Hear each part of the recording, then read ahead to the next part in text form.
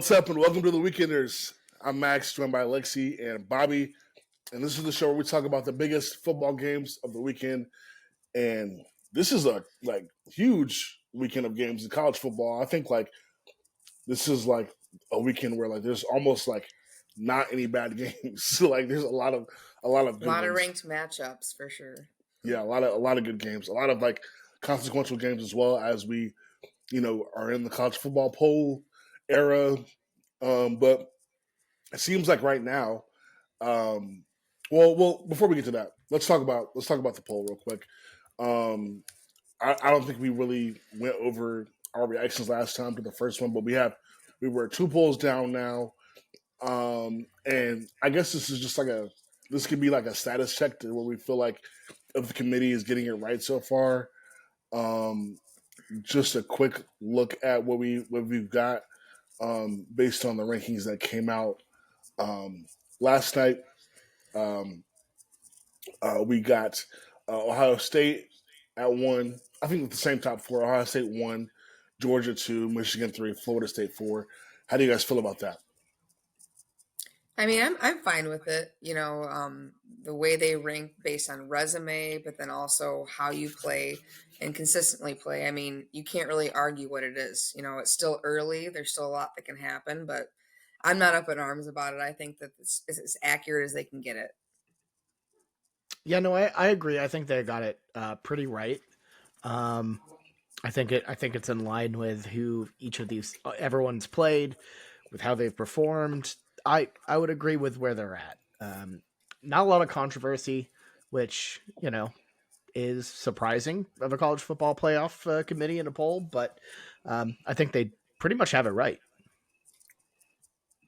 Yeah, I mean, I would agree. I think a couple of things will figure themselves out after this week, and we're going to talk about some of the bigger games. But obviously, Michigan and Washington both have an opportunity to make arguments for them being in the top 4. Georgia has a tough game this week as well, so I think if there's any supposed changes or even a argument with who the top 4 is right now, I think this week will say a lot. Not to mention, even Florida State has a 6-win Miami team coming in town as well. So no one in the top 4, I believe, except for Ohio State, really has a week off. This is going to be, top 5. I mean, or top 6 really, because even Oregon has to play USC. So yeah, a lot of tough games. Alabama as well. A lot of tough games for those teams that are kind of vying for that top 4 spot. But the segue that I was going to go with a few minutes ago, no one really seems to be talking about football because the biggest discussion now seems to still be with the sign stealing and what is needs to be done / not be done with Michigan. People are calling for something to happen to them right now before we get down to the wire with the college football playoff. Some people are saying just wait till the investigation is done. People understand that could take months, so people would assume that any punishment, if any punishment happens, that would be down the road after the season is decided. So it kind of seems like it's either you feel like it's Michigan should be punished right away, or you don't care, or you're like, yeah, they should be punished, but maybe down the road. How do you guys feel? Does this even matter? Look, I know Lexi has thoughts, and I just want to say this. I am so tired of universities in the state of Michigan making the dumbest, just most ridiculous bits of drama. Because I feel like either it's Michigan State with some garbage, or it's Michigan with some garbage about hamburgers, or a sneaky guy on the sideline, or sometimes it's both, and it's about the size of a tunnel. I am so tired of it. The national narrative cannot stop talking about the dumbest scandals of all time, and we can't just talk about football because somebody's doing something stupid. It's like that old that quote from Harry Potter. Why is it always you two? I don't get it. You three, let's throw Ohio State in there too, because they're always up to no good. So I'm just sick of it as a fan from not that region, and I just really wish we could talk about football, but I guess things are so Michigan's just handling their cupcake of a schedule like it's nothing, so you got to make some sort of drama out of it. But I don't know. I don't know if it's clickbait or what, but I'm so tired of it. I am so tired. I mean, trust me, I'm exhausted. So that's why it's like I'm done arguing about it. The way I just see it is, you can't rush to punishment. If you do that, you set a very dangerous precedent for anything in college football, in my opinion. Now, if this investigation concludes and they end up actually presenting evidence that's confirmed, like that Michigan cheated, not just these allegations, not these rumors, then yes. And if you have to backdate and take something away, then at that point you do that. But like to rush to like this punishment is just scary in my opinion, because then it just opens the floodgates for a lot of stuff. But yeah, there's always drama here. I'm tired of the state always being in the headline. It is always either us or Michigan State, and I am physically and mentally exhausted. So I'm just saying I'm laying back and just letting everything play out. And it seems like Michigan, has a lot of support. Those lawmakers wrote this letter to the Big Ten today to just say, listen, give due process. I don't know. So I'm just chilling. I'm tired of talking about it too. I want to talk about football. I'm ready for football this weekend. There's a lot of good games, so I'm hoping that can kind of set aside all this other stuff that's happening. I feel like the Big Ten, or the NCAA, I should say, is glad that they don't really control anything and they've left everything up to the conferences, because the Big Ten is just like swamped in paperwork right now. They're trying to, get ready for new teams. They're dealing with stuff with Michigan and Michigan State. So it's just a lot. And it kind of is crazy that there's no there's no one governance other than, the leaders of the conference to figure stuff out. So definitely tough. But yeah, let's move on to football and some really big games to talk about. Biggest one is obvious. It's Michigan and Penn State. Definitely a game that is going to factor in the CFP poll race, like I mentioned earlier. Michigan's ranked number 3, like we said before. Penn State came in the poll at 10. They've already kind of been tested this year with a tough loss at Ohio State. Game was not close at all. But despite all that, Michigan comes into the game as a 4.5-point favorite. The over-under is 44.5. Noon game. Lexi's talked about on the show before how she's happy that it is an early afternoon game. Yes. But I want to talk about Penn State for a second because, like we've said all season, Michigan hasn't really played any tough teams. Rutgers, with respect to that team, which is probably the best record they faced this year, but really, in reality, hadn't faced that tough competition.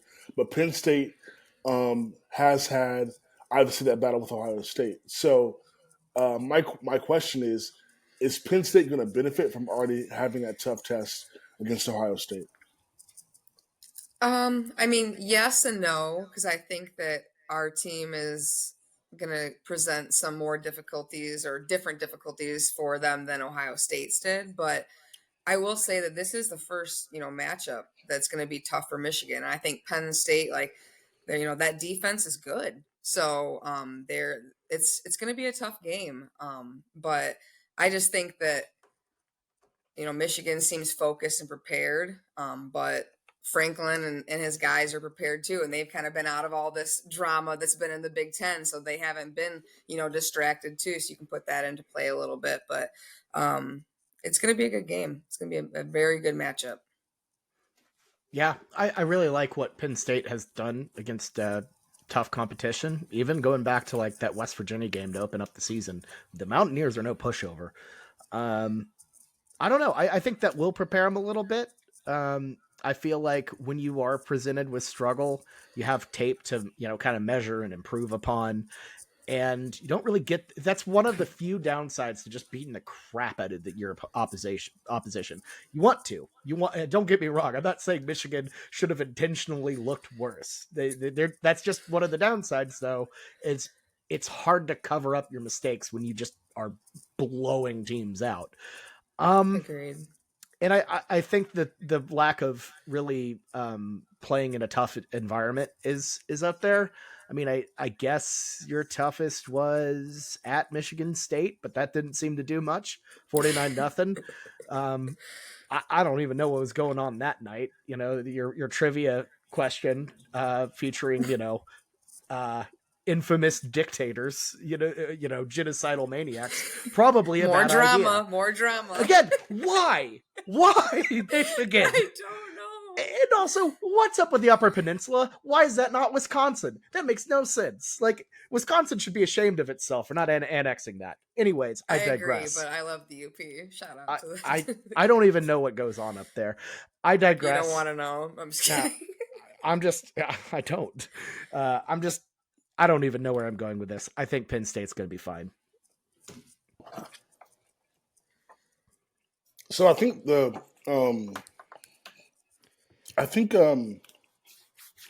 sorry, as I chew hot peanuts. Okay.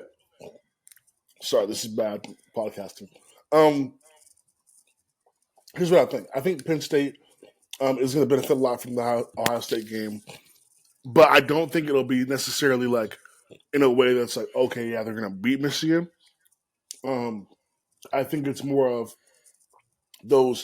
that nervousness, the jitters, the worry about like what's at stake, the pressure, because you're sitting at 10, you've already lost.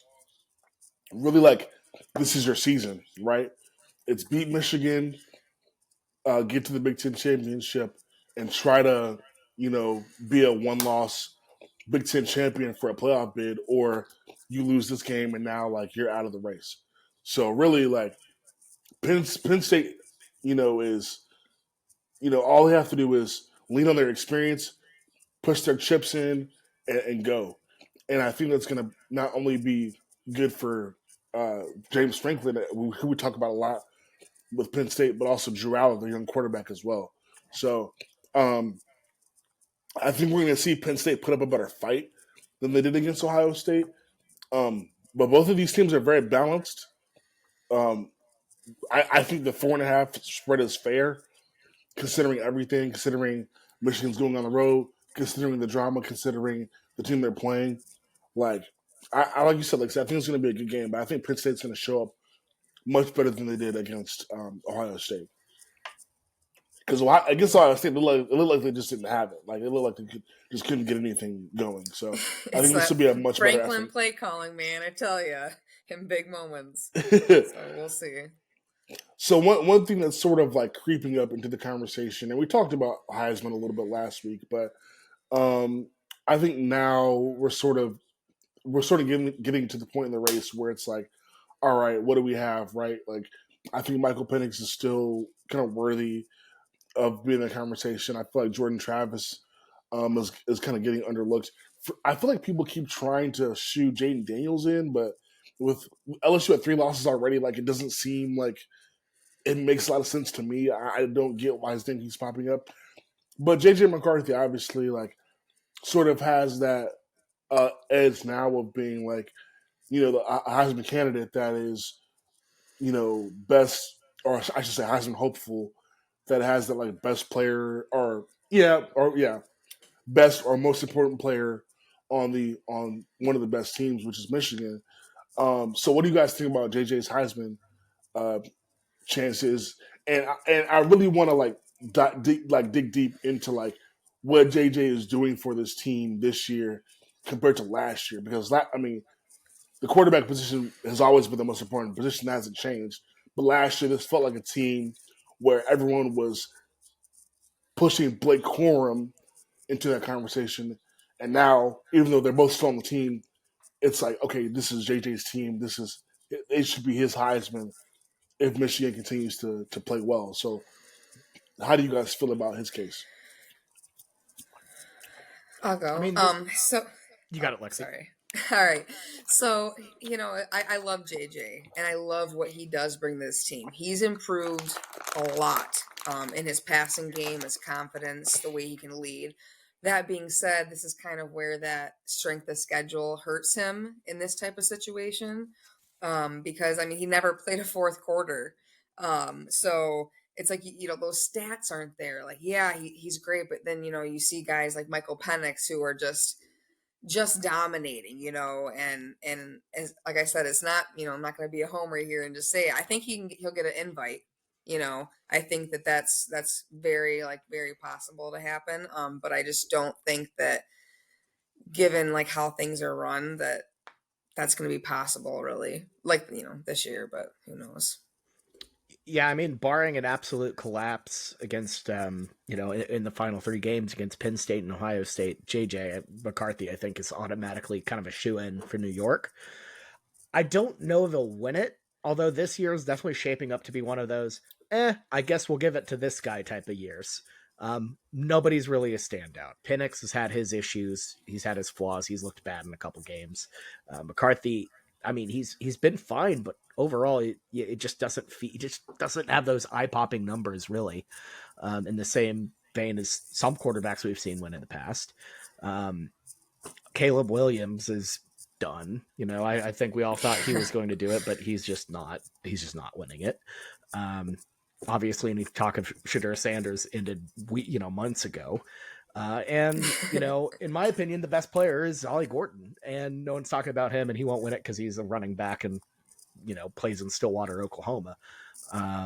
So yeah, I mean, McCarthy, I think if you had to ask me right now, I think it's a coin flip really between McCarthy and he has those Heisman moment type of games ahead of him where he can do it. I don't know if he does.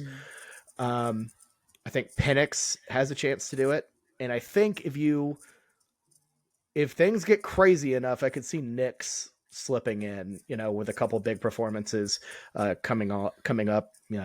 Big game against USC this weekend, could put up a bunch of numbers there. There's the Civil War against Oregon State, and then a potential Pac-12 championship rematch against Washington. You can redeem that one loss there. So those are my 3 right now, and I think it's really just you can't have a 3-way coin flip, but I don't know. I think it'll come down to whoever makes the biggest plays in the Pac-12 run down the stretch. But if nobody really separates or makes a splash there, then I guess we're just going to give it to McCarthy. Man, that would be wild. So when was the last Michigan Heisman? Was it Woodson? Yeah, 97, and then Desmond 91. Yeah. I mean, I think there's a lot of football left, and JJ has a chance to have great games. A great game against Penn State and Ohio State will definitely stand out. I think for a lot of these guys that are at the top of the list, like you guys mentioned, Penix, he's got some more football left to play. I mentioned Jordan Travis. I don't think he has like too many big games left, unless like we'll see what happens with the ACC championship. But it's there's I think this list is starting to come to form, but there's a lot we don't know yet. Ollie Gordon, you mentioned last time, Bobby, and I thought there could be a opportunity. I don't know if Oklahoma State necessarily will be at like playoff contention at this point, but great stats plus you know dominating a Big 12 championship that's going to be on national television, maybe upsetting, let's say Texas gets there with one loss and they have a shot, being the best player on the field against a Texas team that had hopes and upsetting them, like that could be your way in. I think there's just a lot of ways for a lot of these guys. I want to say too, yeah. real quick, because that when you were talking about Ollie Gordon, he was part of the parlay that I chose, and I was like, well, Bobby went off about it, and that parlay hit. I was like, okay. I am here to spread the gospel of Big 12 football. Even though we're leaving the conference, there's some crumbs in there. It's very exciting, very fun conference, and Gordon's a big part of that. And I will say, Mike Gundy probably cost him any chance of winning that Heisman. He barely used him early. I think they ran Gordon 3 times against South Alabama in a loss. So, yeah, could have used him there, Mike. All right. Prediction time for this game: Michigan, Penn State. I'm taking Michigan. I feel like this team is too well coached and too well balanced to necessarily lose in this moment. Um, Even with the drama, um, you just take all things considered. What we've seen from Penn State and James Franklin in these moments, um, Harbaugh's ability to kind of like shut out distractions and focus at against this team in particular. I think Michigan gets it done, and overall, I just think they're the better team. Like, no need to really like get into the weeds of the stuff. I just think Michigan's the better team. They know what's in front of them. They know they have to handle business here, and I think they can get it done. I'm going to go with the Wolverines by a field goal here. So Penn State covers a 4.5. I just think it's going to be a really close, well-matched game. One of those just gritty, classic Big Ten type of fights. But ultimately, Michigan just has a little bit too much firepower, and I just trust the coaching a little bit too much more. A little bit too much. I love that. No, it's probably how it's going to go down. In my heart, I want to say it'll be like 31-17, but just like last time we played there, really we were losing until Eric All caught that crazy route, catch or whatever, and ran it for the touchdown. So it's always going to be close, like at Beaver Stadium, no matter what happens. So, but in the end, like you said, our team's more balanced. The coaching is just really elite across the board, and these guys are locked in, and they've kind of proved that time and time again. So they're going to do it this weekend, and we walk out of with a W. All right. Our next college football game, 3:30 p.m. Eastern kickoff.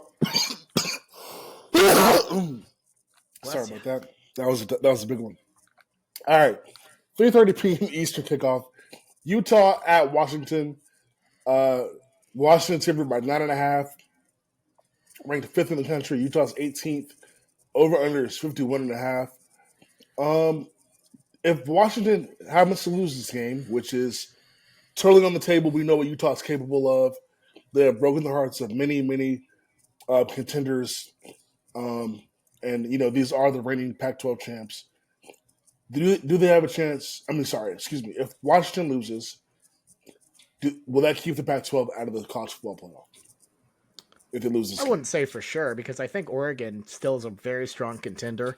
The committee values them pretty highly. They're, I believe, the highest ranked one-loss team, and that's over teams like Texas, Alabama, like that type of program. They narrowly lost on the road to Washington. That's not a bad loss at all, honestly. They almost, just beat them by a field goal or tied it up. I can't remember the scenario.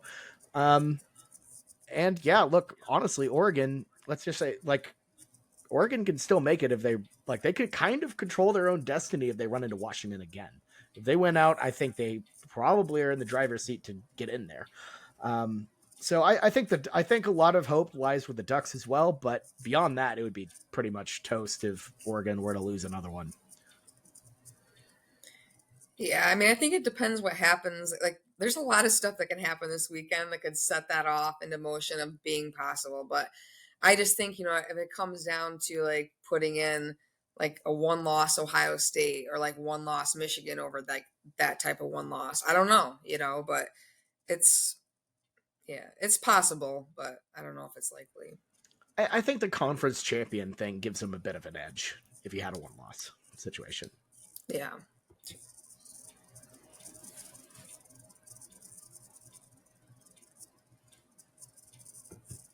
Max, you're muted there, bud.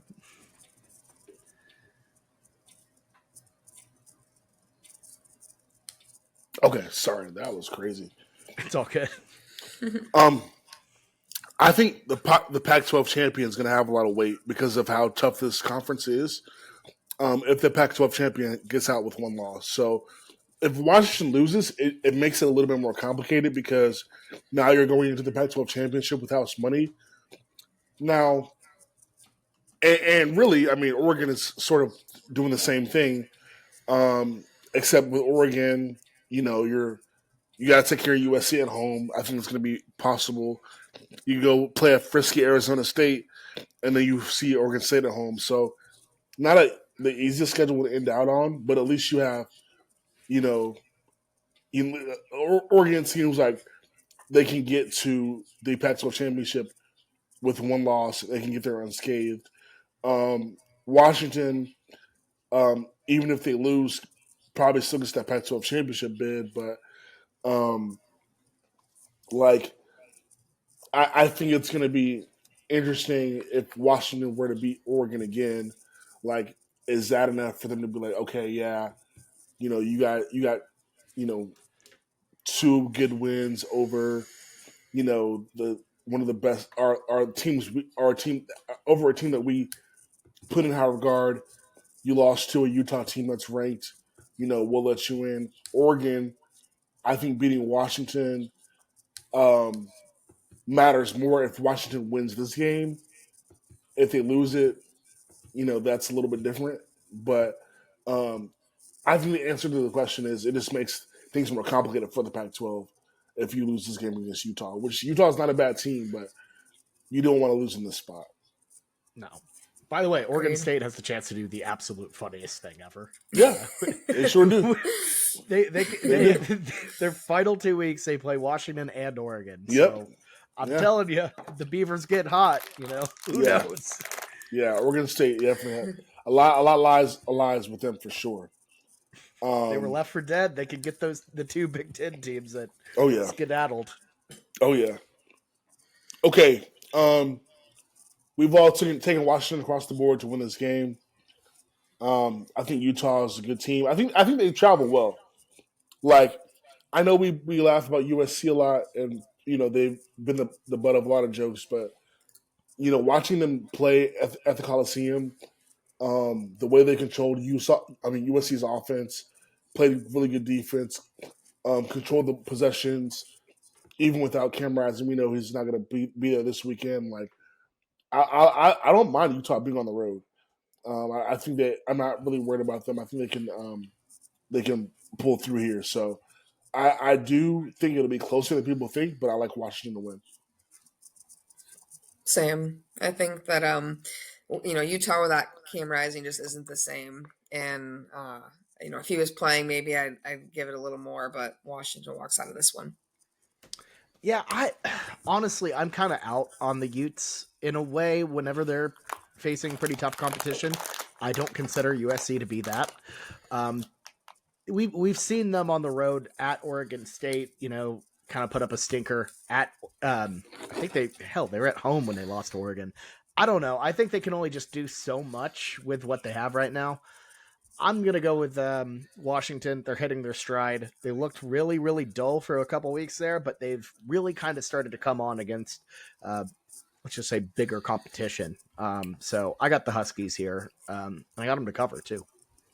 Yeah. Yeah, I mean, we'll get to this more. I don't want to spoil later in the show.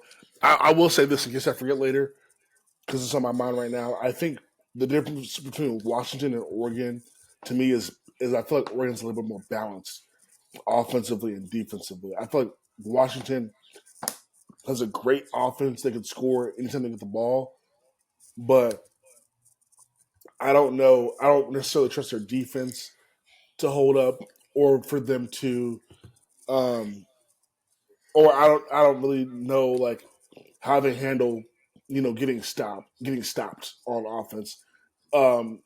We sort of saw that kind of weird game they had against both the Arizona teams, but I think if you're Utah, you probably use that as a blueprint to slow them down a bit. But anyway, yeah, we all think Washington's going to win the game, but just wanted to add that in there. All right, to the NFL. Two good games to talk about. First one is the Niners, who are favored by 3 at Jacksonville. Niners are 5-3, Jacksonville 6-2. Over under is 45.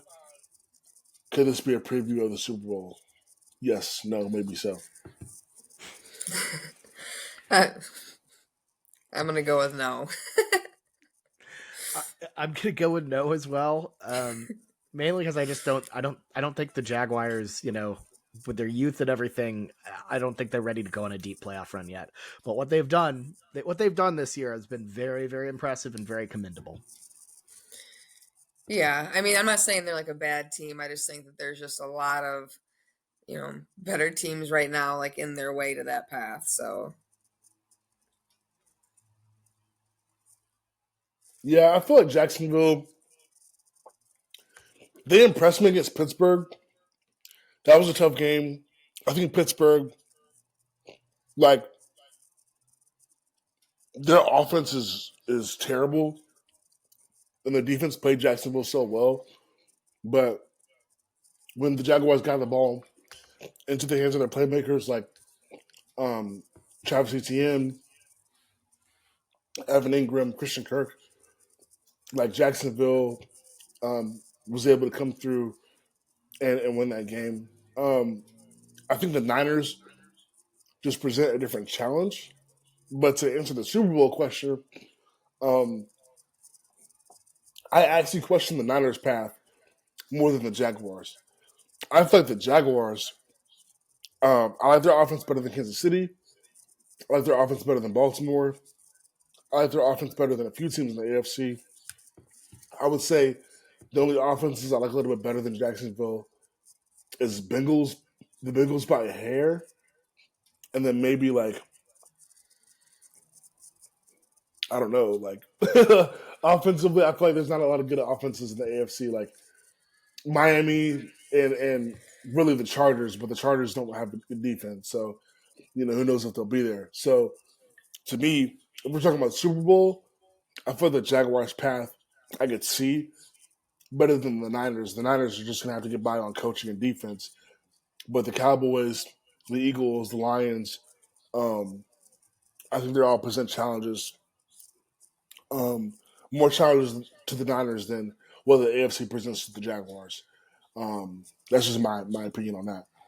Um, so, speaking of that matchup that we kind of just glazed over a little bit, who do you guys trust more, the Niners defense or the Jaguars offense? That's a good question. I'm gonna go with the Niners defense. Um, but man, the Niners offense, I feel like Purdy has kind of been found out, which I think he kind of could have seen coming, you know, especially when you kind of remove McCaffrey from the equation. I believe he's going to be healthy and back in action soon, or if maybe back already, but he just seems very limited given what he like. When you remove McCaffrey, it kind of changes everything with that offense. Um, but defensively, I think as a unit, the Niners defense is a lot more sturdy. The Jaguars offense has been up and down at times, and they've been doing good against kind of maybe not poor competition, but Colts, Saints, Steelers aren't great, and then you have the Bills who are off of jet lagged Buffalo, who hasn't been very great anyways. So yeah, I'm gonna go with the Niners D a little bit stronger there. yeah, it's just their defense is so good, so and consistent too, and really, like you said, Brock Purdy has been discovered, and it's going to be pretty interesting to watch like the rest of their season play out as well. But you just got just some monsters on that defense, and I'm going to take that at this moment. I think that Trevor Lawrence can do things, and that offense has had their moments at times, but I just need more consistency out of them if I'm going to take it over the Niners team. Yeah, I agree. The Niners just have more talent. We look at the sheer players they have, um, and Steve Wilkes coaching that group. I just feel like the Niners defense would have the edge. But the one thing I can say about the Jaguars' offenses, their speed is crazy between Kirk, Etienne, Ridley. Like, there's a lot of speed on that field, and I think it's going to be interesting to see how that manifests itself. I think the Niners are more physical and just again talent is off the charts, but I think this is going to be a good test for them.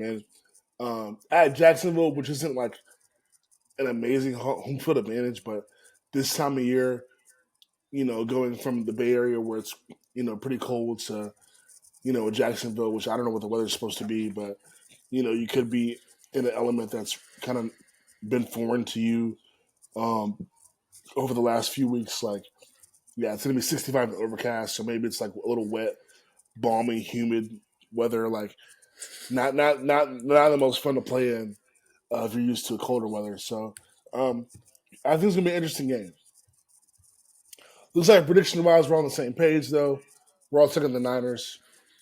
I think we all kind of gave the Niners a lot of praise in our statements. I don't know if you want to add anything else.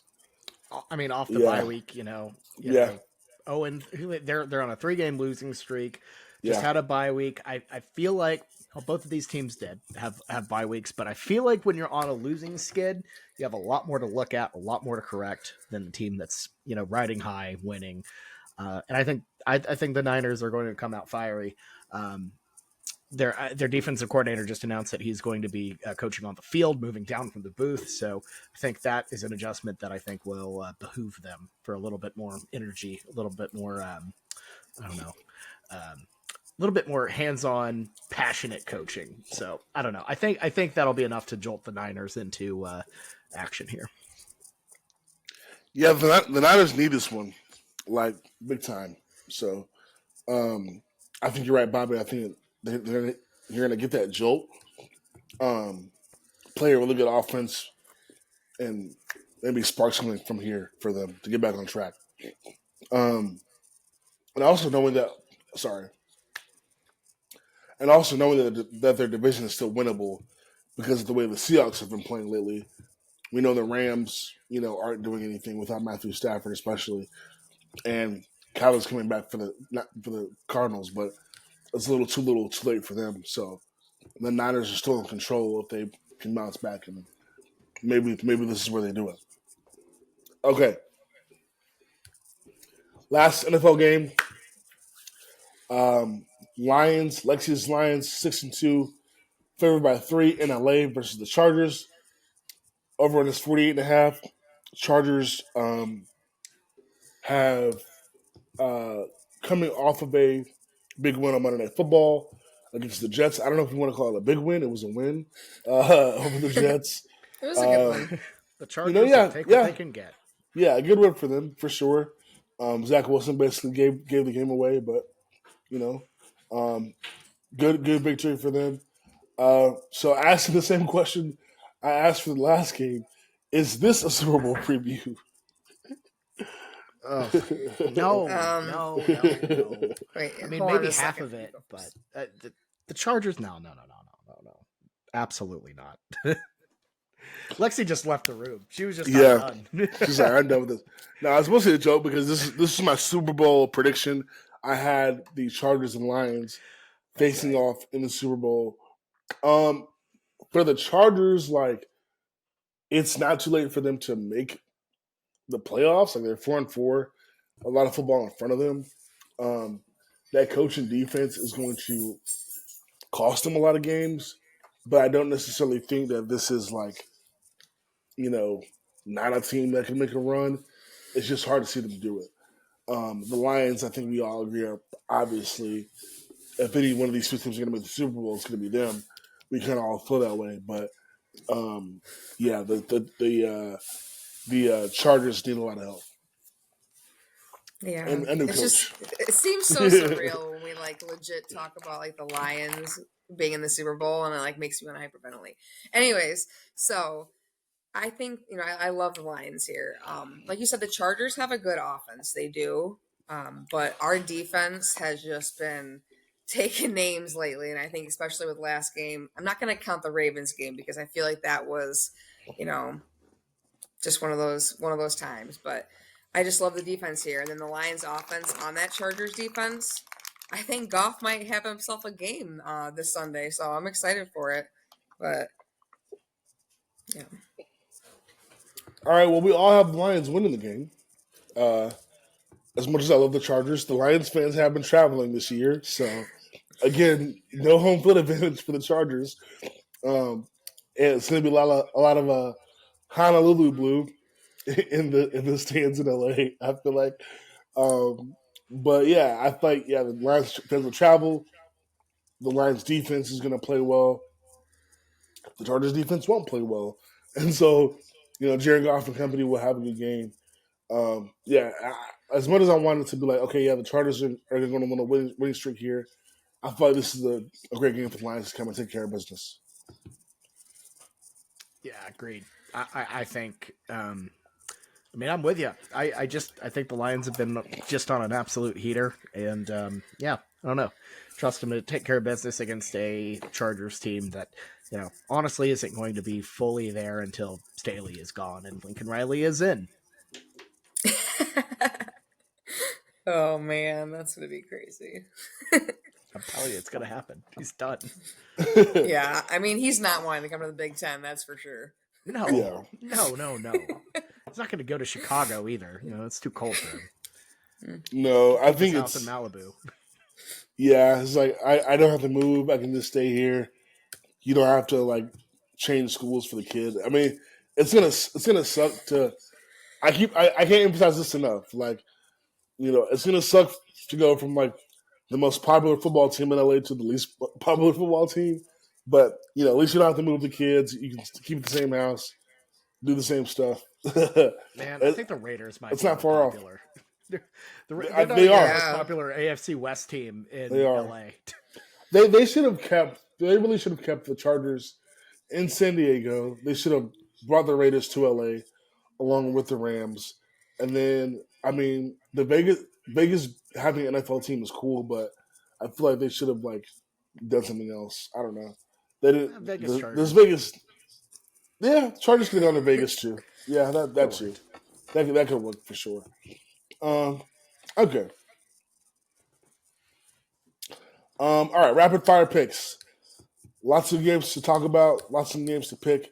Let's start with a game that matters more in basketball, but still pretty good in football. Duke at UNC. Riley Leonard. I think he's back. That's kind of a question. I need to look that up real quick. But I'm taking UNC. Really bad losses to Virginia Tech and Georgia Tech. To Virginia and Georgia Tech. So now you don't have to worry about anything. The pressure's off. You got the ACC championship is no longer in your control. You just have to win this game to continue to have hope that Louisville or Florida State slip up. And Riley Leonard's out for an extended period of time. He's not gonna be there. So he was really the only spark that Duke had. Still a good defense, but UNC sort of got a easy game against Campbell to sort of get back on the winning track and flex their muscles a bit. And they're gonna want to be. They're gonna have confidence and they're gonna want to get this win and possibly the last home game that Drake May will ever play. So I pick UNC. Yeah, I'm right there with you, especially like this Drake May's last home game. You guys have let a couple slip up, so I feel like you're kind of unleash on Duke a little bit. So I've got you guys. Yeah, I think the Blue Devils just completely fall apart without Leonard. So give me Drake May on not senior night, but you know what I mean. Yeah, there was actually I actually asked him if he was going to walk out for senior day. He's like, senior day is for seniors. I don't know what I'm going to do. I've been here I've barely been here. Been like 5 minutes, yeah. Okay. Alabama at Kentucky. Two good teams. Alabama has found their stride. Kentucky's, trying to play spoiler to somebody this year. Can they do it against Alabama? My answer is no. I got Bama. I got Bama. Yeah, Bama. I think Bama covers too. Kentucky just always feels a little bit fraudulent. Like they have a couple good wins to start the season and then completely fall apart. I gotta say, Devin Leary, not good at all. Yeah. That has been a massive bust of a transfer portal move.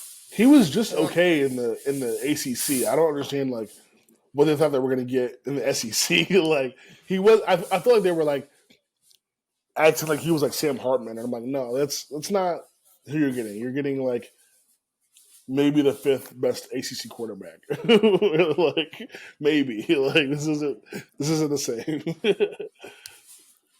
Bama's just really hot right now too. Like right when it matters most. So it's just this is gonna be a freight train, I feel like. Yeah, for sure. Okay.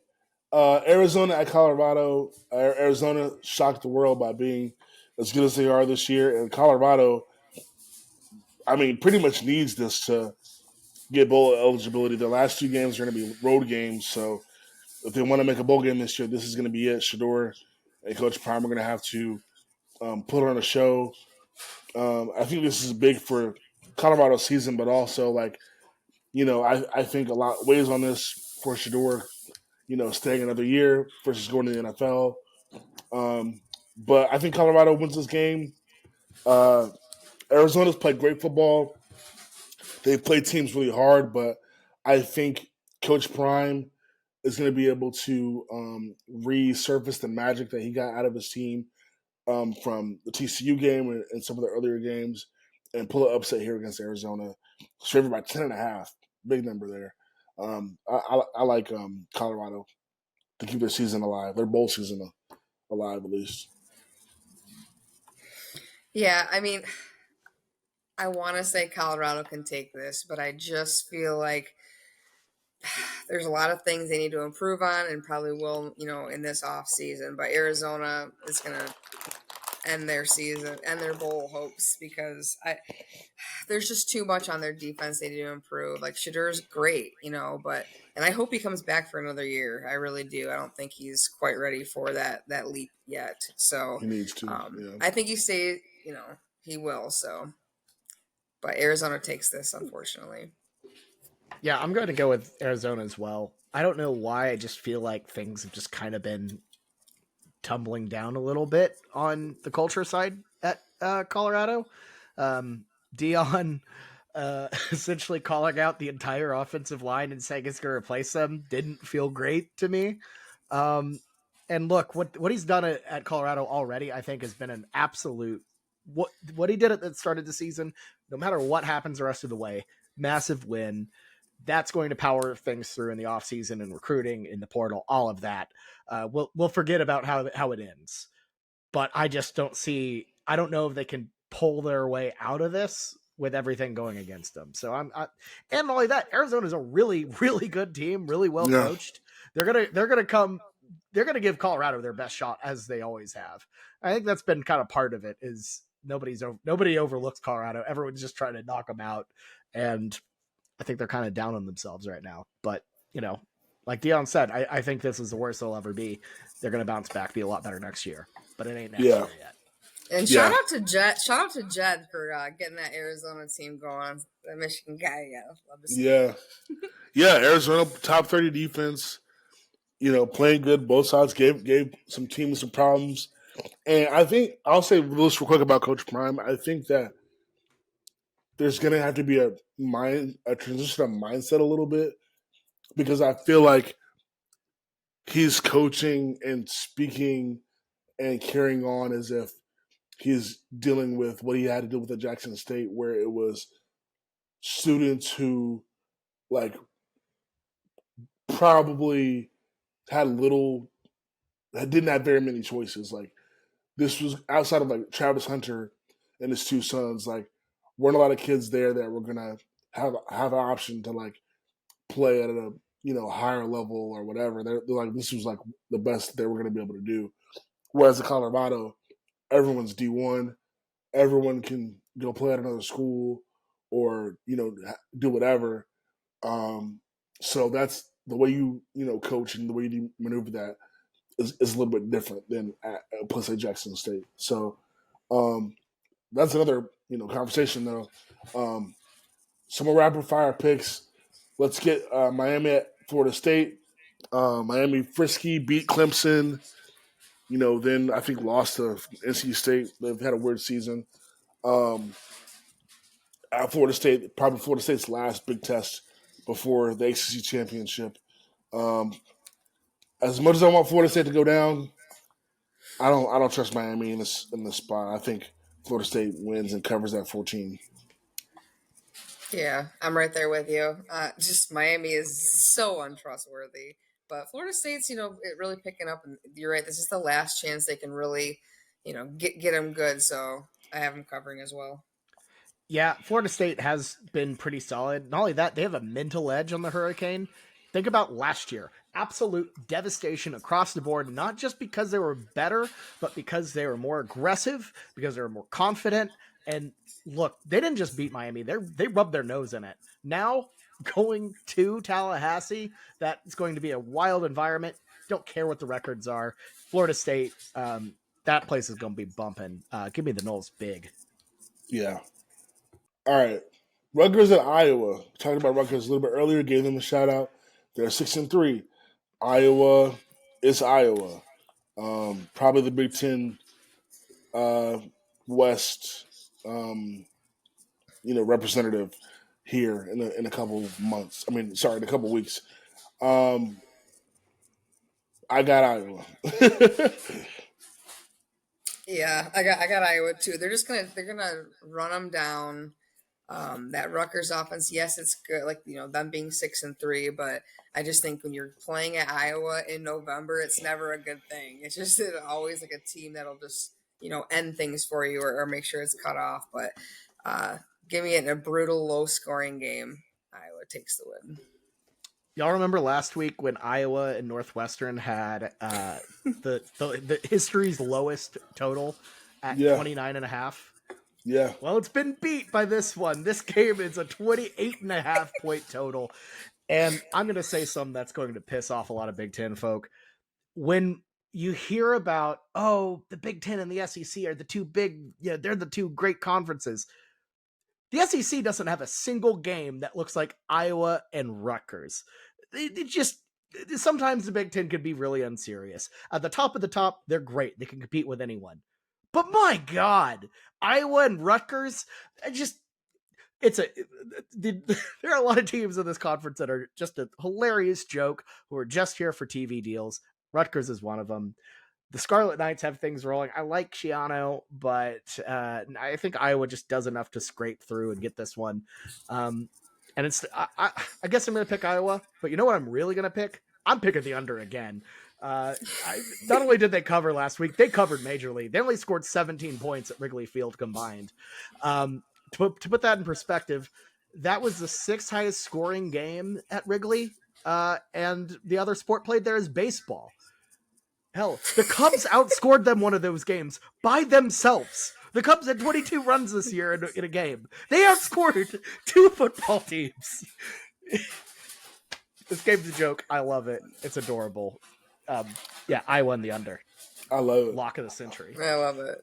All right. The surprise team of the SEC last year versus the surprise team of the SEC this year. Tennessee at Missouri. Missouri almost had Georgia. Missouri's a good team, just not like the top of the top, but having a great season. I'm picking Mizzou.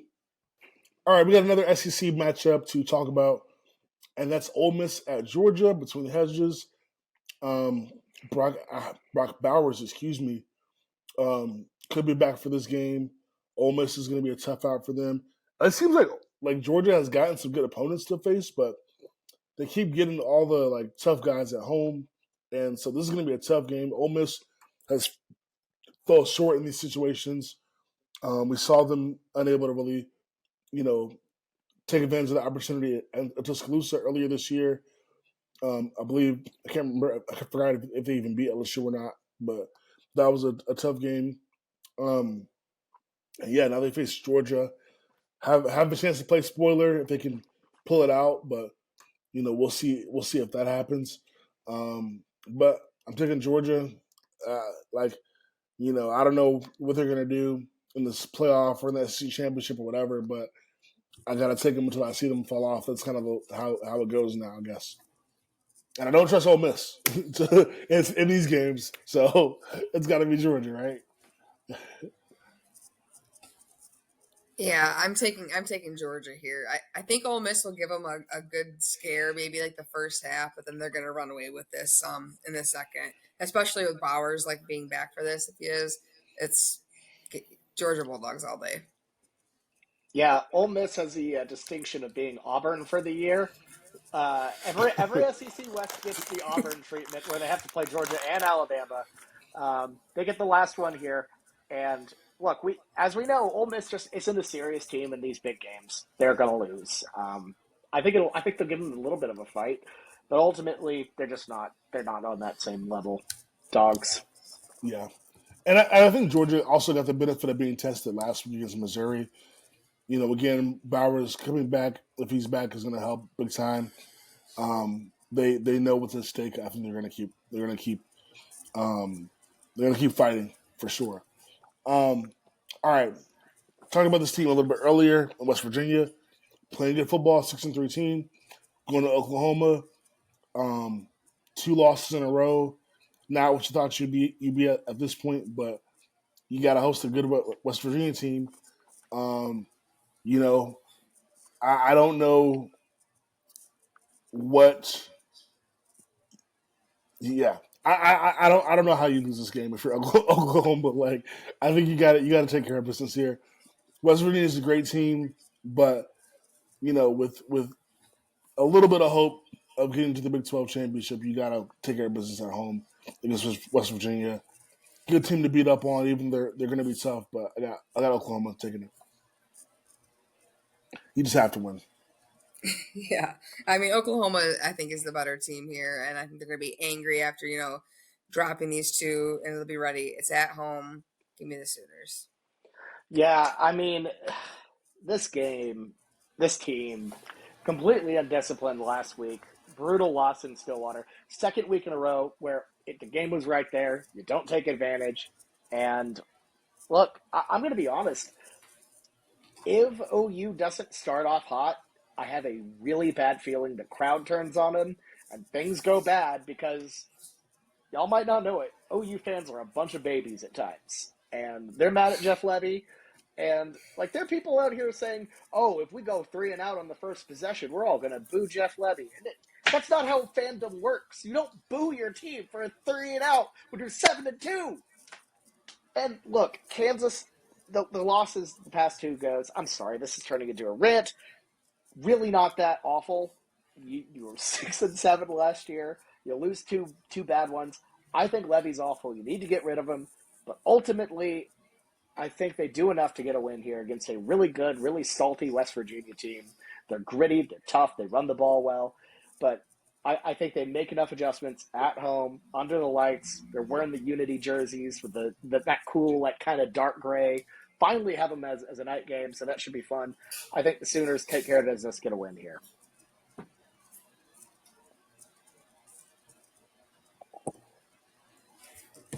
All right, USC at Oregon is the next game. I hate to say this about a team that Caleb Williams is the quarterback of, but I don't think the Trojans have a chance. I don't. No, what isn't this spread like 15.5? Bro, As it should. at Oregon, coming off a game where we didn't talk about it because I think it's a dumb conversation. But I mean, this guy lost to Washington and then hops up in the stands, does the Lambo leap in the stands, and cries with his mom. Like, that's all well and good, but you're not going from that to beating Oregon and Austin. The spread is 15. I'm taking that. Oregon's winning big. Yeah, it's going to be a bad day for another post game, Lincoln Riley conference. So it's going to be pretty entertaining, but Oregon is it's going to be a massacre. I think it's just bad all around. I don't even know what to say, y'all. OU's in a sad state, but look, Caleb Williams, I get having emotion. I get being a competitor and crying after a game. but it's your third loss of the season.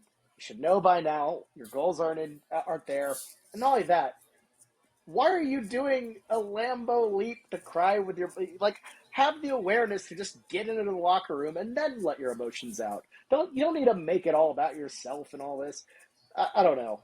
Can we also refer to that as the Lambo weep there, because nobody said that yet, but That's so great. just just get to the locker room and cry, man. You don't need to make a big deal out of it. Okay, I need that on a t-shirt. Get to the locker room and cry. Get to the locker room and cry. Like, just have awareness, man. And look, I feel like you can kind of make fun of them now because you're on Wendy's commercials. You're a businessman. If you want to be a businessman, you want to make big bucks, we can make fun of you for crying with your mom. Yeah. And he's going to the NFL. He made fun of Dugan last year, didn't he? Yeah, he did. He did. He mocked him for crying in that thing. So it's like, hey, if you're gonna dish it, you gotta take it. So yeah, he paints his nails. He's going to the NFL. Number one pick. He's gonna get a lot of scrutiny. Won a Heisman Trophy, but yeah, definitely this going from that and expecting them to win this game is crazy. I think Oregon's gonna win big here. Okay. Only NFL rapid fire pick we got is C.J. Stroud and the Texans going to face the Bengals. C.J. Stroud has been phenomenal this year, playing really good football, looking like damn near an MVP candidate the way he's been playing for the Texans this year. The Bengals look like they're also back in rhythm, playing good offense, playing a really good game. Honestly, a tough game to pick because of how well these two quarterbacks are playing. Playing on the road in this environment against a Super Bowl caliber team, I don't think it bodes well for Stroud.